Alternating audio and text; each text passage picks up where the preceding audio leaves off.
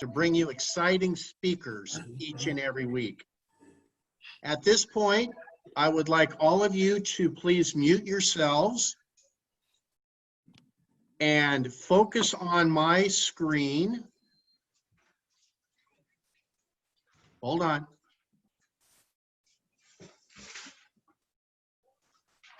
Uh-oh.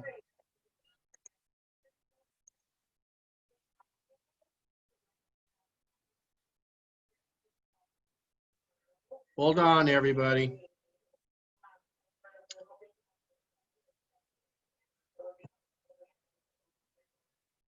Okay.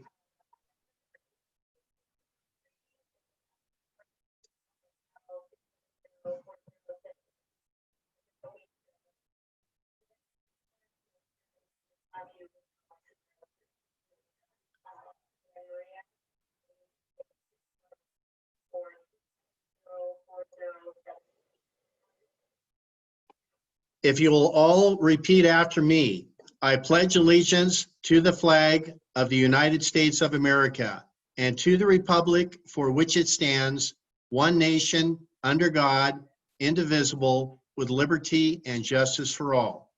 You may be seated. Okay, we're back on.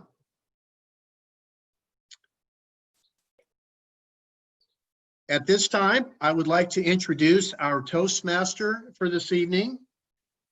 No stranger to anyone on this call, please welcome Mary Syrie. Welcome, Mary. Thank you very much, Rob. It's a special meeting tonight. We have several meetings to the new normal, our theme, and first and foremost, our new normal will start July 1st. Be up at the top, right below the two club meetings. Floyd, could you mute? Oops, sorry. When we'll have a new slate of officers. So tonight is election night, and that's what we'll get started with. I'm going to do some screen sharing here. We have a full ballot for both clubs. No positions are opposed. They're all unopposed. And therefore we can have a, I guess, a all in favor say aye type of vote. Hang on, let me do the screen share.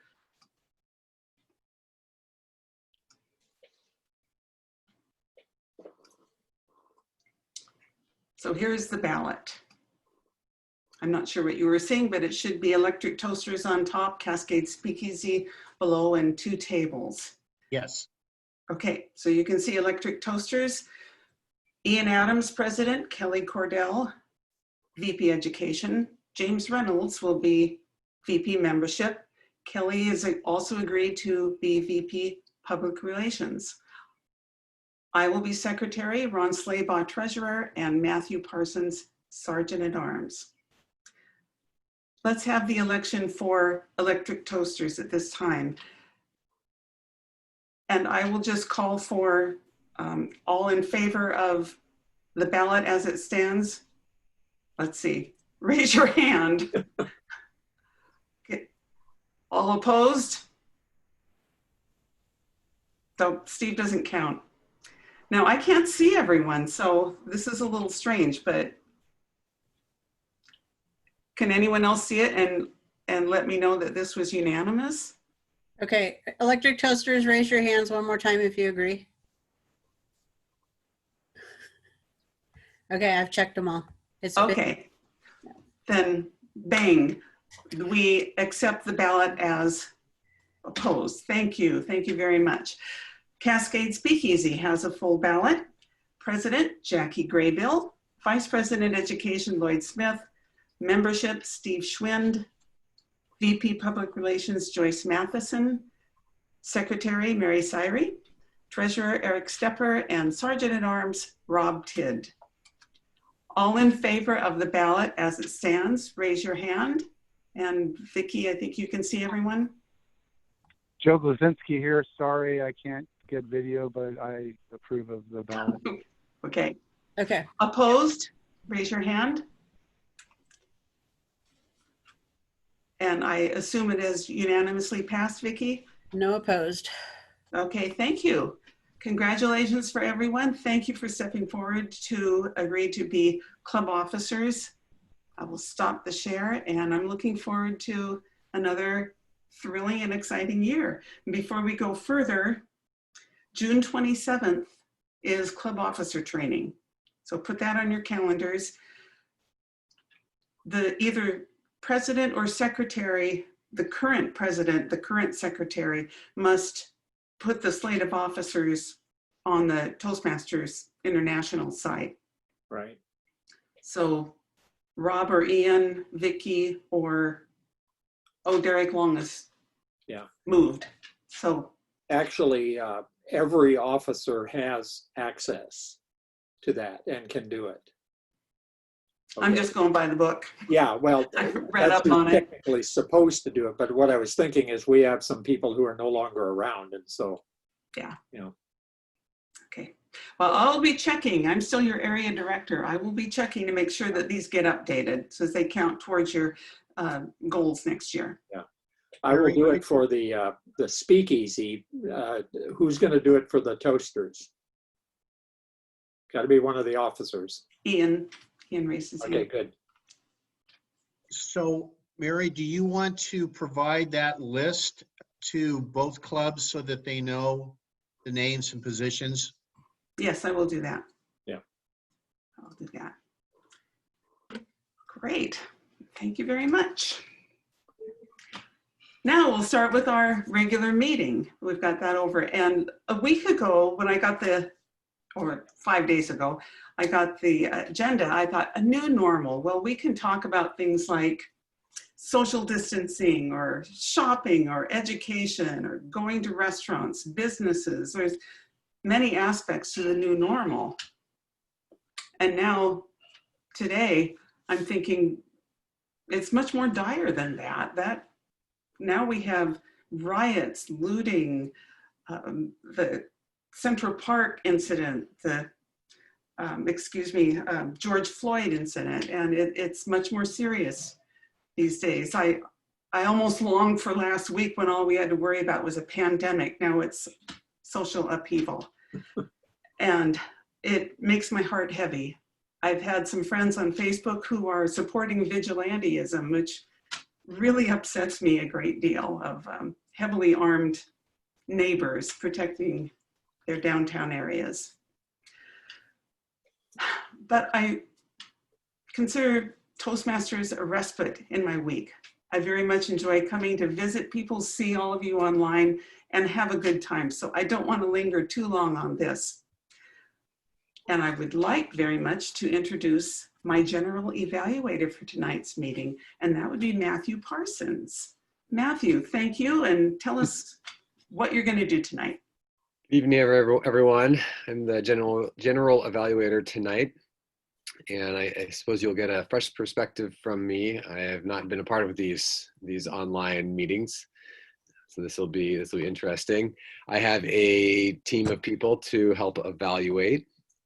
First member of that team is our speech evaluator, Armando Farias. Hopefully I said your name, hopefully I pronounced that correctly. Could you tell us what you'll be doing? Thank you, Matt. I will be evaluating Steve Schwinn's speech, will be the second time that he does it. He's going to implement the feedback that was given to him last time he gave the speech 2 weeks ago. I will be looking for clarity, vocal variety, eye contact, gestures, comfort level, and applied in interest on his speech. His speech is 5 to 7 minutes, and I will get back to you at the end of the meeting. Great, thank you, Armando. Second member of this team is Joyce Matheson, who will be the timer. Joyce, could you tell us what you'll be doing? Absolutely. I am going to keep everybody on time and on their toes. It looks like we have one prepared speech by Steve, and it looks like after 5 minutes, we go green. After 6 minutes, we go yellow. And we have red for 7 minutes. As for table topics, I never get tired of these roles. For green, 1 minute, you get 1 minute. And then 1.5 minutes, we go yellow, we call it mellow yellow, more ways than one. And then at 2 minutes, we go red. Thank you. Thank you, Joyce. And the grammarian for the day is Pat Whitfield. Pat, can you tell us what you'll be doing? Yes, I'll be listening for absolutely elegant speech with no malapropisms. And it's my job to give you the word of the day. And since our theme is the new normal, the word of the day is acclimate. Acclimate, which seems appropriate because it means to adapt or adjust to a new situation or circumstance. And that's definitely what we're all doing. So let's all acclimate to these changing times. Thank you. Thank you, Pat. And finally, our counter today is Ian. Ian, can you tell us what you'll be doing? Yes, thanks, Matt. I will be the counter tonight. It's been quite a while since I've held this role, and I very much like this role. But because it has been a little while, it might take me a moment to acclimate to, again, catching all of these filler words like but, so, like, you know, and other filler words that just really don't belong in the sentence. I'll report back at the end of the evening. Thank you, Matt. Thank you, Ian. And I'll be providing a general evaluation at the end. And at this point, I'll turn the meeting back over to our Toastmaster, Mary. Thank you, Matt. Appreciate that. Yes, we have one speaker tonight, and that is Steve Schwind. Tonight, Steve will touch on the effects of life during COVID pandemic, how it affects us, and how to minimize the impacts, as well as enjoy all that North Central Washington has to offer. Help me welcome Steve Schwind, Life During COVID.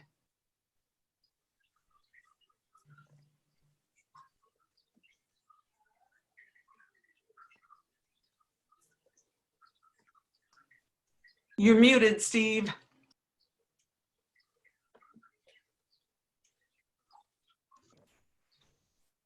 Thank you, Madam Toastmaster.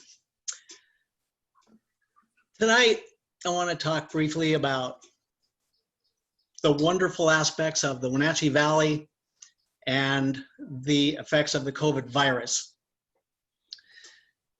Just Get Out is the motto of a local website, WenatcheeOutdoors.org, that promotes every muscle-powered activity within 1 mile, within 1 hour of the Wenatchee proper. It's a fabulous site. You should go visit it. It talks about all of the things that we get to do in the run, jump, skip mode. Going outside, we know, is a wonderful thing to do. It's just common sense that tells us it's good for us. And there's plenty of research out there that encourages our desire to pursue activities in the fresh air. Some of the benefits are there's no membership fee, as you find at the gym. We absorb vitamin D through being outside under the sun. Our immune system receives a boost. We burn more calories in our activities. We tend to work out longer and harder simply as a result of being outside. It's fresh air and it's pleasant to be in. Additionally, we receive exercise of our mind. It's been found that the need to be aware of our uneven surfaces as we're running or climbing a rock activate the mind and encourage our need to pay attention. Richard Lauf is a research journalist who's written a number of books, one of which is titled Last Child in the Woods. He coined a phrase, nature deficit disorder, to explain what happens with children as they begin moving indoors and a little more lethargic. They become agitated, they're irritable, they don't mind as well, and they're not pleasant to be around. His findings went on in his research to learn that children who go outside receive benefits like a boosted mental acuity. They're more creative. It reduces obesity and depression. And children with ADHD were specifically studied and found to actually have improved focus, discipline, and more obedience after being outside pursuing outdoor activities. Ms. Toastmaster and fellow Toastmasters, being outside is a great thing. It's good for our mental and physical health. And in this day of COVID, it has an additional benefit. Researchers at the New England Journal of Medicine found that the ways in which we contract the virus is through touching surfaces, and then our faces, eyes, nose, or mouth, ingesting the virus and contracting the disease. Additionally, they found that probably the larger way in which we can contract this virus is through respiratory transmissions. They found a couple of different definitions for moisture transmissions, one being a conversation being had by someone who's a bit animated. Sometimes we find they share more than just words with us. Those droplets that come from their mouth are called large droplets of 5 microns in size or larger. To put that into another reference, 0.002 of an inch in size or greater is what a large vapor droplet consists of. We expel them in conversation. They can travel 1 to 3 feet from our mouths. They fairly quickly begin traveling earthward. If you're in close proximity, you're going to receive the benefits of that conversation from your partner. The more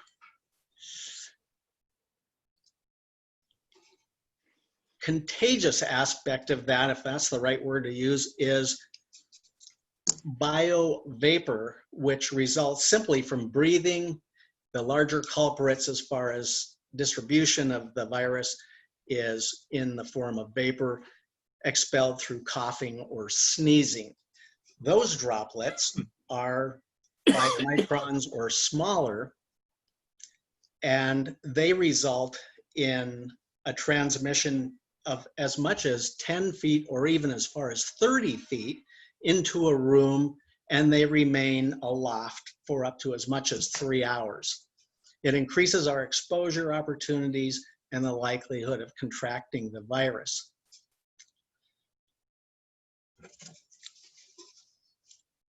During the height of the COVID crisis in China, a researcher named Huan Qian and 3 of his colleagues studied 7,324 confirmed cases of the virus. They researched how, when, and where it was contracted, and they found that in all of those instances, only 1 was the result of an outdoor transmission, which was the result of a conversation in close proximity of 2 people talking that increased the direct expulsion of vapor.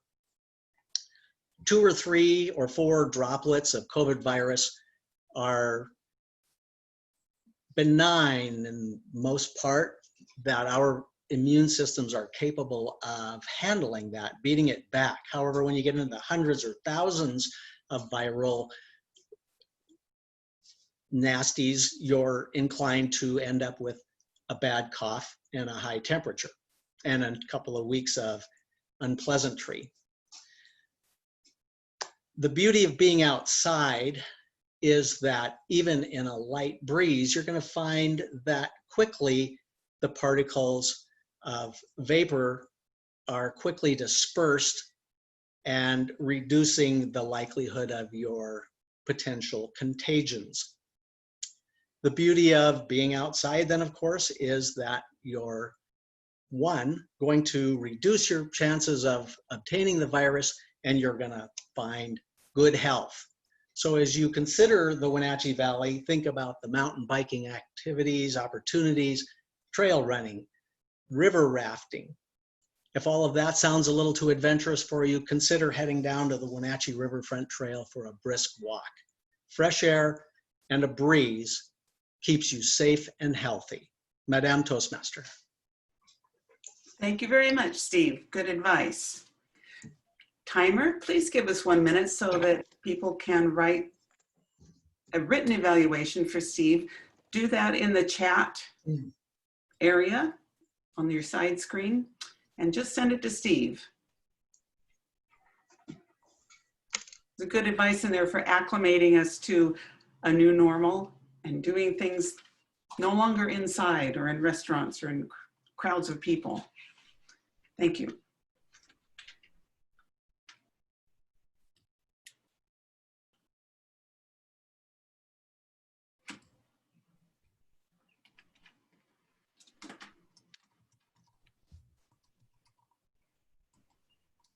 I think I mentioned before that a great way to ensure that you're sending messages to one individual is simply to click on their picture, and it allows you the opportunity to most assuredly send them specifically a message.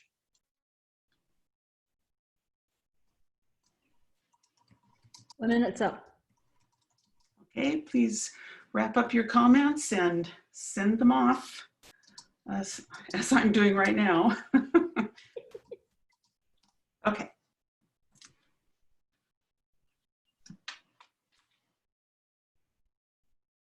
Let's move into table topics. This is a lot of people's favorite part of the meeting where we get to practice extemporaneous speaking for 1 to 2 minutes.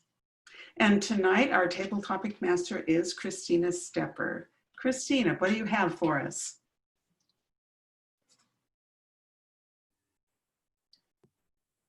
There, now what I have. What I have is some questions, of course.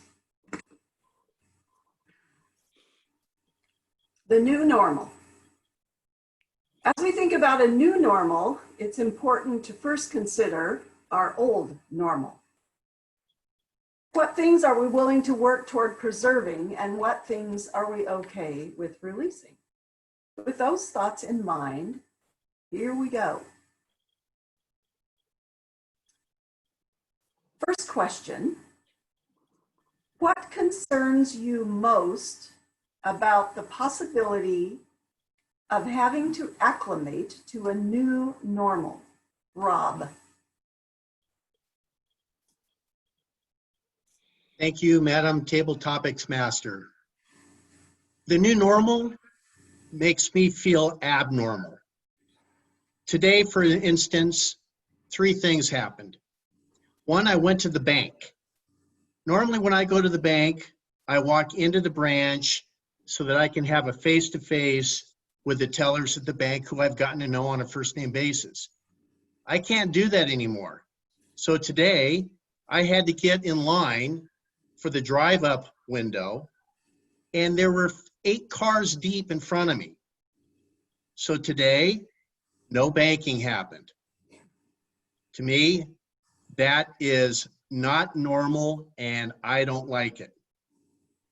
Today is my mother's 87th birthday, June 1st. After our meeting tonight, we're going to go over to their house and have a drink. But I can't go in their house. I can't hug my mom like I've done at every birthday before. And I have to sit 6 feet apart from them, both my mother and my father. That's not normal, and I don't like it.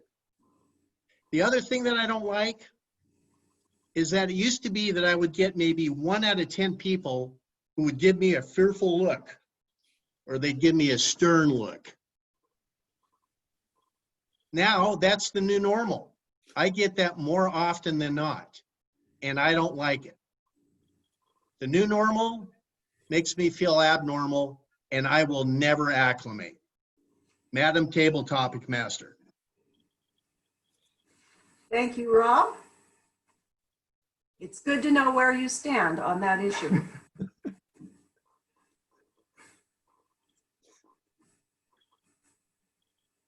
The next question, share with us another time in your life when you had to acclimate to a new normal. Lloyd. Thank you, Table Topics Master. I was thinking about this earlier in the meeting after Mary made her remarks, and then a couple days ago too. I'm old enough that I remember vividly the street demonstrations and rioting and whatnot that occurred in the late 1960s and early 1970s. For example, when Martin Luther King was killed, 75 American cities had rioting that accounted for billions of dollars worth of lost property, arsons and whatnot. The 82nd Airborne was deployed to Detroit with machine guns to shoot it out with the rioters. The last 2 years of Nixon's first term in office, there was an average of one political bombing every week. Somebody even blew up a restroom in the US Senate. I mean, and that was just normal. I mean, you know, the cops were regularly attacking Black Panthers and shooting them by the dozens. So actually, this is pretty calm, the street fighting that we're seeing now. And I'm not sure, well, in terms of sharing it, it seems to me that we have a proximity bias going on. Whatever is closest to us in time seems like the most severe thing. In fact, it seems like the worst thing ever, when in reality it's not. Even this pandemic, as bad as it's been, remember the last great pandemic in the US, the flu pandemic of 1918, killed roughly 50 million people worldwide, 50 to 100 million. And so this is a fairly tame occurrence we're seeing. Not that it's benign, because it's anything but that. But I think the thing to do is to understand that today's worst thing ever is probably not. Table Topics Master. Thank you, Lloyd. What plans did you have for summer 2020 that you have put on hold? Oh, James. There he is. Hello. Sorry about that. I had a dog hiding underneath the bed, and a big dog downstairs is going crazy for some reason. Oh, that's okay. Did you hear the question? Yeah, plans that I put off for 2020. Plans that you had for summer 2020 that you've had to put on. Right now, I haven't put any of them on hold. I'm hoping that they'll still go through, because it was mostly just camping in Oregon. So I believe that we're still going to be able to do that, but we'll learn more here as we proceed through the next month. On a day-to-day basis, I guess I can't really think of anything else we were going to do. Early on this year, I mean, I put off plans of going to see my mother, the same reason as Rob was talking, but she lived in Idaho, and they finally let up on that. She's a little more, not too worried about dying right now, I guess. She has a kind of that attitude, which she's always had. It's just kind of funny, just the way she is. And I'm like, I would feel pretty awful if I'm the one that's giving you the COVID-19. So, yeah. No, things are going fairly good here, and I don't really have too many changes in plans. Actually just got my pool fixed, so that's actually a better plan. We'll spend more time in the pool this summer because we're home more. Just got the heat pump fixed. Probably wasn't working right for a couple of years. I didn't know that, so that's my bad. Yeah, I'm just hoping those Oregon plans go through, and that's about it. Thank you, James.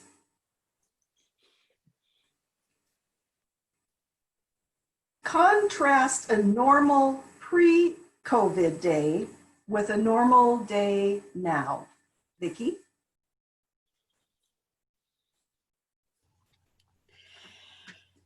Thank you, Madam Table Topics Master. When the COVID epidemic started and we started to go on lockdown, I realized that my life had not really changed very much.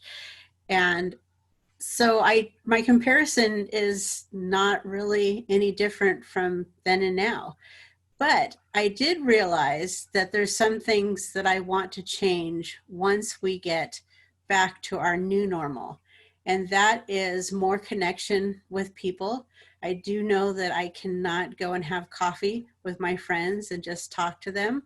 So that's one thing, I guess, in my normal day that has changed is I can't meet with my friends and just find out how they're doing. One of the biggest things that I am missing is one of my normals was to go to the movie theater and enjoy a movie. And I really miss that. It's not the same when you watch a movie on Netflix because you don't have the crowd around you laughing at that part or shocked when something happens. Watching a movie is just not the same from Netflix in your living room to the big theater with a crowd of people around you. That's the one thing that I truly miss during this, Madam Toastmaster. Thank you.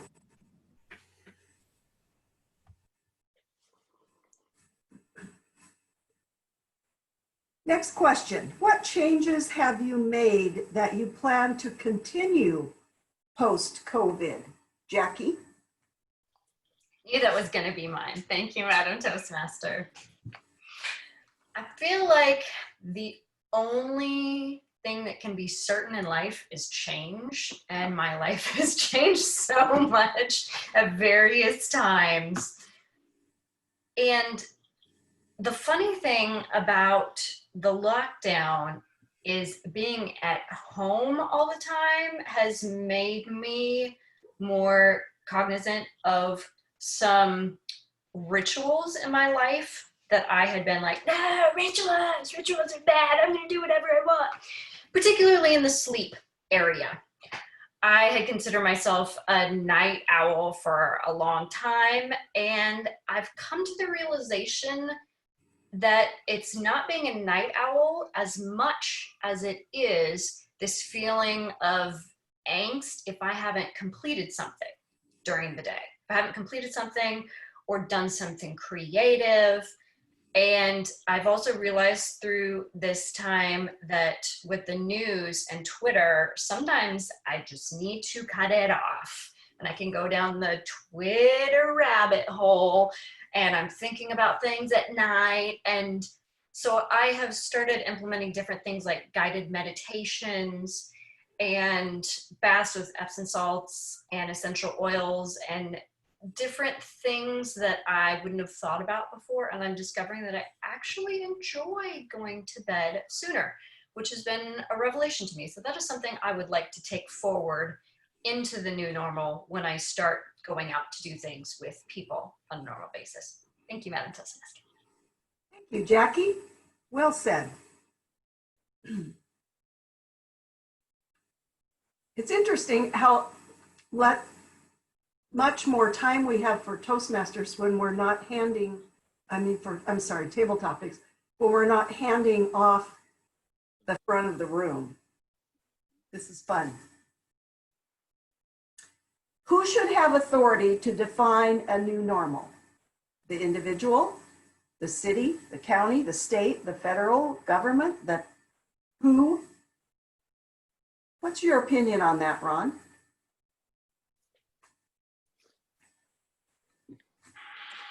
Thank you, Christina. I have no idea why, but as you were asking that question, I just had a feeling that it would come to me. I don't think it's a matter of or with everyone that you listed there. It's essentially individuals and then your local, state, federal regulators. I think it's more a matter of and it depends on what we're talking about here. If we're referring to activities, for example, that are necessary to save people or protect people at large, particularly from other people, then I think the appropriate authority needs to step in. Masks, for example, I like that I think Costco is the one that took the lead on May 4th of just flat out requiring that everybody wear masks. And I'm a supporter of masks for a variety of reasons. I recognize that they're there not necessarily to protect myself. I'm protecting others from me if I happen to be infected. And most people that I've spoke with tend to agree with that. I'm surprised how many people didn't see it that way. And the outbursts on Facebook about folks that were certainly angry with Costco over taking away their freedoms and their liberties and making them wear masks, and they didn't have the right to do that. Well, my point of view, Costco is a private business and they have a right to do that. And anybody that doesn't wear a mask has a right to just walk on by and not wear one. I'm a bit surprised with the amount of people that don't want to wear a mask at Costco that they haven't just gone and opened up their own Costco and then nobody has to wear masks there. And they can play that, was it Lee Green? I don't remember his name, that Proud to Be an American song. They can encourage people to wear a gun or, take their gun to Costco and do any number of things. They can have that freedom, but nobody's done that. Perhaps they don't think it would really be all that profitable and it's easier just to go to Costco that we have and wear a mask. I've only been there and had one person not wear a mask, and I suppose it was his freedom not to do that. And our Costco isn't going to make people wear masks. My wife asked them about that. And that's fine. Overall, I'm just about out of time here. In summary to your question, I just want to restate that I think it's not a matter of or, it's an and who makes those decisions. There's some people can make those decisions for themselves. Companies can make those decisions, or perhaps some regulators at the appropriate level can make them as well as necessary to keep people safe. Thank you. Thank you, Ron. Very well put. Joe, can you hear me?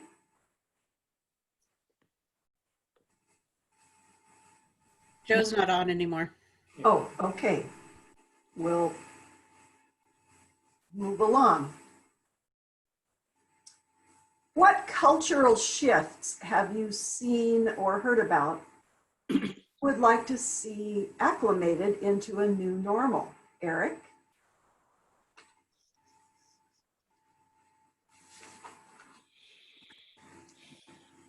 Thank you, Table Topics Master. You're welcome.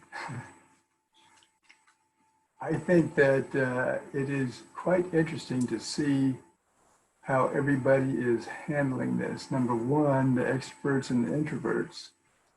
Number two, wear a mask or not wear a mask, and where people's hot points are. And you really find out a lot about people, and it's interesting and it's actually surprising. Some of the people I had pegged one way are not that way. And some people that have a softer heart, that's coming out, and it's a lot of surprises. And I think that's interesting to watch and to evaluate. Probably the biggest thing for me is that when you take away the interaction of people, all of a sudden you realize how many times a day and a week you have contact with people, and how much, for example, I do miss that. Even though I am an introvert, I enjoyed just talking to people, and like you've heard many times, Christine and I always walk downtown for dinner, and part of that is just interacting with the people or seeing the people enjoying themselves and just hearing that happy buzz, and I miss that. And I think another shift maybe is that people are fighting for that.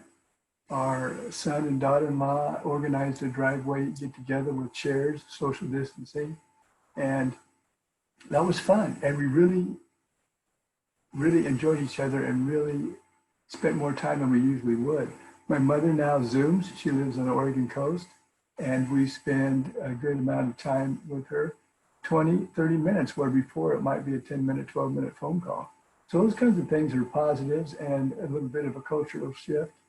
This, like I said before, Toastmasters on Zoom, to me, is a 9-5. A 10 would be meeting like we usually do, but it is not that subpar to what I thought it might have been. So there's lots of different areas of cultural shifts and learning and surprising things that I've observed. Table Topics Master. Thank you. Very good. Very well done. How do you anticipate that a new normal might impact your world of work, Ian?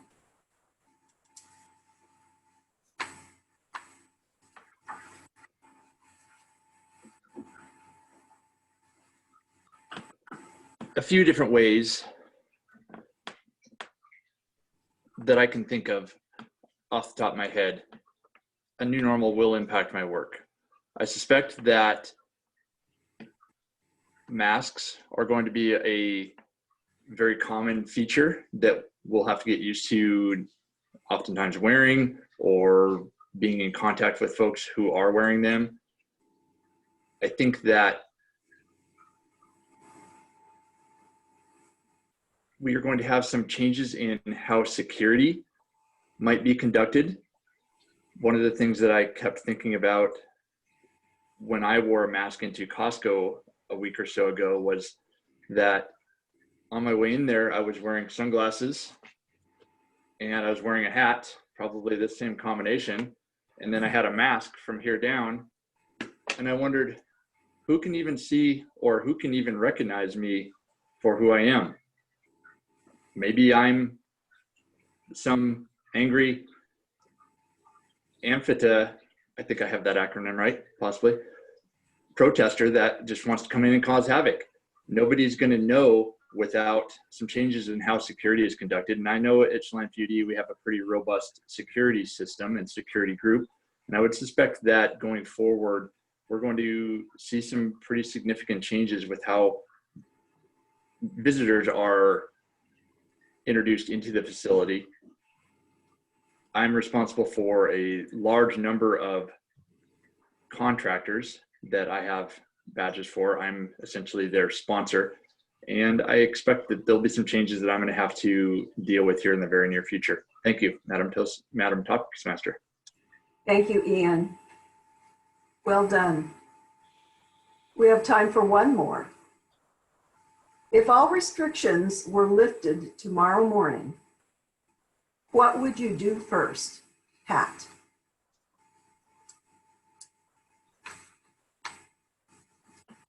Well, I really miss getting together with two different groups of friends. They're small groups, and each of us meet on alternate Fridays. So if everything were lifted tomorrow, our groups are small enough that I'd like to reactivate the lunches that we have. Or with one group, we watch films at one of their houses. As long as we observed, keeping the group small, which is okay, wearing masks if everyone is comfortable with that, and keeping a healthy distance from one another. But I sure do miss getting together with the girls. I mean, it's so lonely without them. So that would be the first thing that I would do if everything were lifted tomorrow. That would make me very happy. Thank you, Pat. Thank you, everyone, for participating. I will now turn the meeting back over to our Toastmaster, Mary Syrie. Thank you. Thank you for those thoughtful questions and the insightful answers from everyone. I enjoyed that very much. And now we're entering into the evaluation portion of our meeting, and I'm going to turn it over to Matt Parsons. Matt. Thank you, Mary. This is the evaluation portion of the meeting. Now I'll call up my team of evaluators. First member of that team is Armando as the speech evaluator.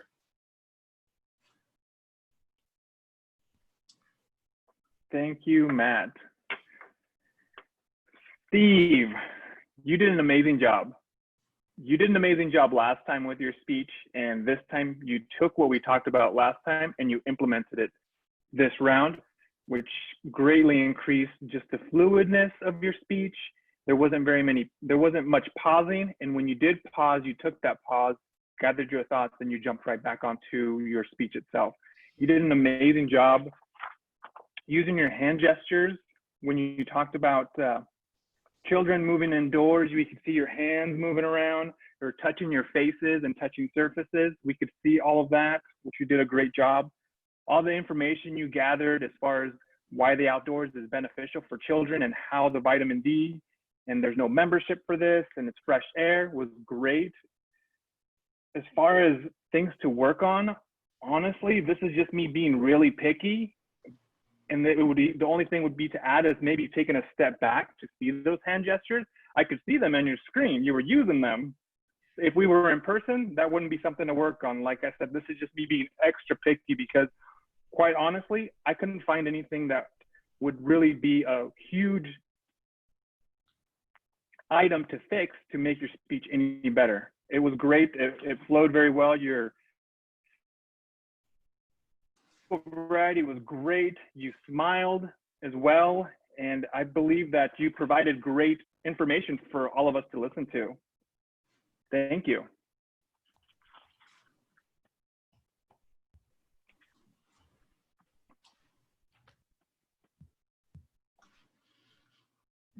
That's me. I'm the general evaluator. Thank you, Armando. And the next person is Joyce, our timer today. And Joyce, could you share the timer?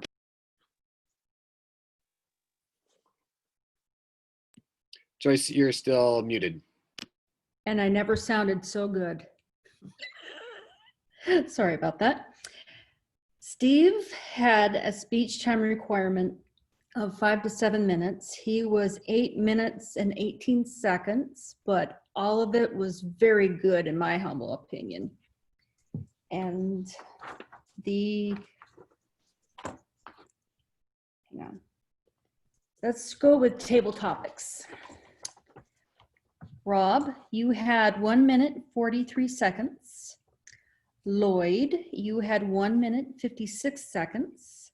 James, you had 1 minute, 23 seconds. And so did Vicky. You had a tie at 1 minute, 23 seconds.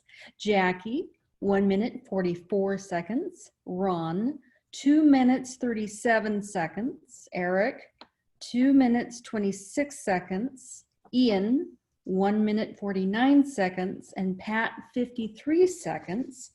Armando did the evaluation. Very well done.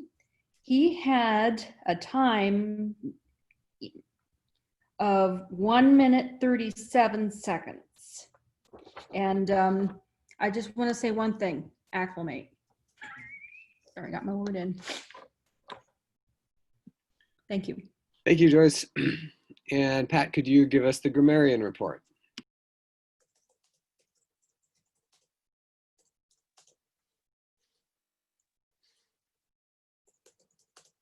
Pat, you're still muted. I hit the wrong button. I think I'm on now. There were 5 people that used the word of the day. Rob, Mary, Joyce, Ian, Christina. Bravo. Thank you very much. In terms of language used, Steve's speech was so informative. He did say wanna instead of want to and gonna instead of going to. But he had a wonderfully colorful expression in there talking about viral nasties. I think he created an image that you couldn't forget. So that was really kind of neat. Jackie also used some colorful, vivid language. She talked about having a feeling of angst and talked about the Twitter rabbit hole. I've never heard that one before, but that was also interesting to hear. And Ron, I liked the contrast when you said it isn't an or situation, it's an and situation. It's a whole new perspective and way of thinking about it just by playing with those 2 little words. And I really liked the way you made the reference to the Proud to Be American song. So that's all I have to say about that. Thank you, Pat. And finally, Ian, could you give us the counter report? Yes, thank you, Matt. Joyce, 2 ands. Rob, 2 so's. Mary, 2 ums, 1 and. Matt, 2 uhs, 3 ands. Elaine, I did not catch anything. Pat, you had 1 one so, one you, oh, sorry, one you know, one but, and you had a I mean. You also had a well. Steve, really nice job tonight. I was listening really carefully and I caught one so. That was the only filler word that I caught in there. Christina, you were clean. Lloyd, you get the trophy tonight with the most use of a single filler word. You had 14 us. You had one so, two ands, one which I hadn't heard in a while, one but. You also had an I mean. James, 9 us, one four so's, one and you had the third I mean. Vicky, 2 so's, 2 ands, and one but. Jackie, 1 like, 2 so's, 5 ands. Ron, 3 us, 2 ands, and 1 repetition. Eric, you had 3 us, 2 so's, 8 ands. You had 2 repetitions. Armando, you had 1 1 and 1 repetition. Thank you. Thank you, Ian. Now I'll give my general evaluation. This is like I mentioned at the beginning, this is my first experience with a Zoom Toastmasters meeting. I thought it went really, really well. Like Christina mentioned, it's amazing how fast things move. There's a certain level of efficiency when we're not walking to the front of the room. So it's kind of an interesting thing to be a part of. I think it's actually also ran very smooth. I know sometimes with video conferencing and things, a lot of times they take longer. Just depends on what we do. So I'm also, it's kind of interesting how smooth this goes. We had great speech. Thank you, Steve, and great table topics. Thank you, Christina. And overall, I thought the meeting went really well. We are still on time, and we started just about right on time. So thank you, everyone. At this point, I'll turn the meeting back over to our Toastmaster, Mary. Thanks, and I'm going to turn it over to the presiding president for tonight, Rob. Thank you, Mary, and thank you, Matt. At this time, I would like everybody to vote for their favorite speech this evening. I would like to ask Vicky to collect those votes. So if you would kindly send. You're muted. Send your votes to Vicky.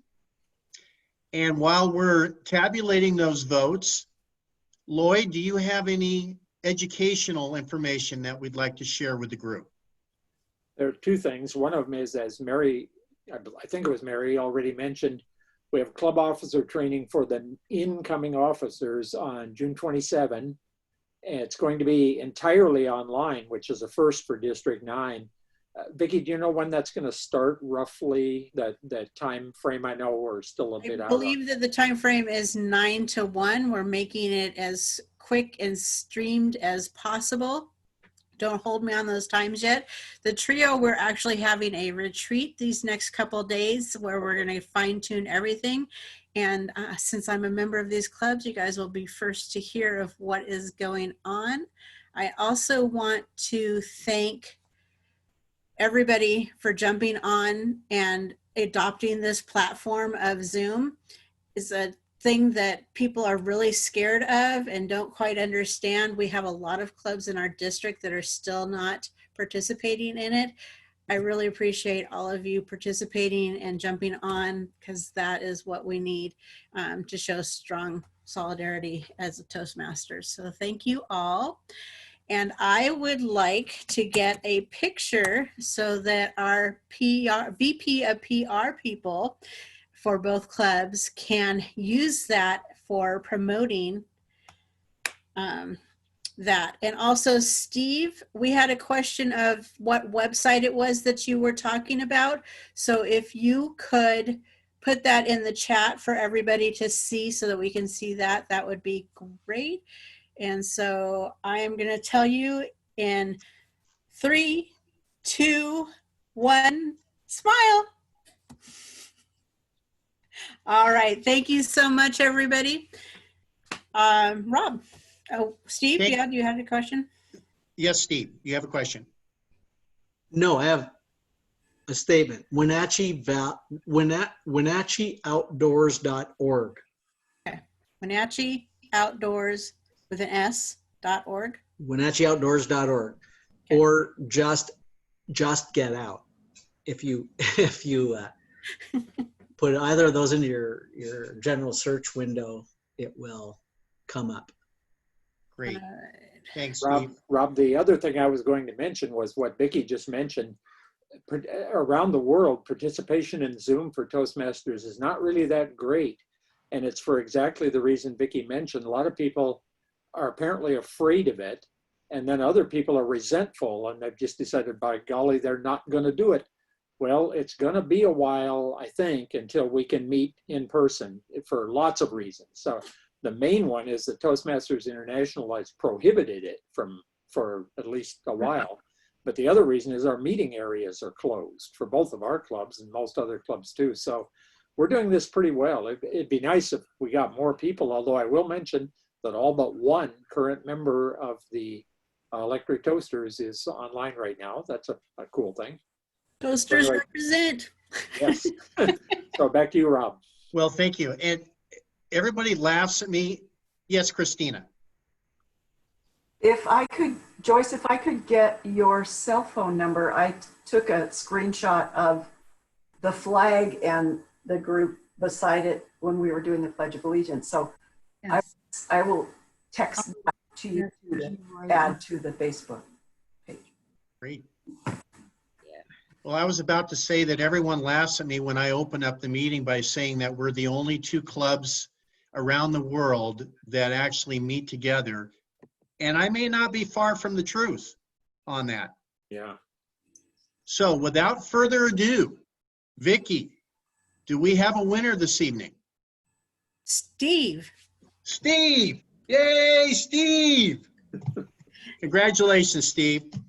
Well, I just want to say before we close that it's a lot of fun to have these joint meetings with the other club. And Matt, I look forward to seeing you each and every week going forward. Thank you for joining tonight. And without further ado, I'm going to adjourn this meeting. Thank you for joining, everyone. Goodbye.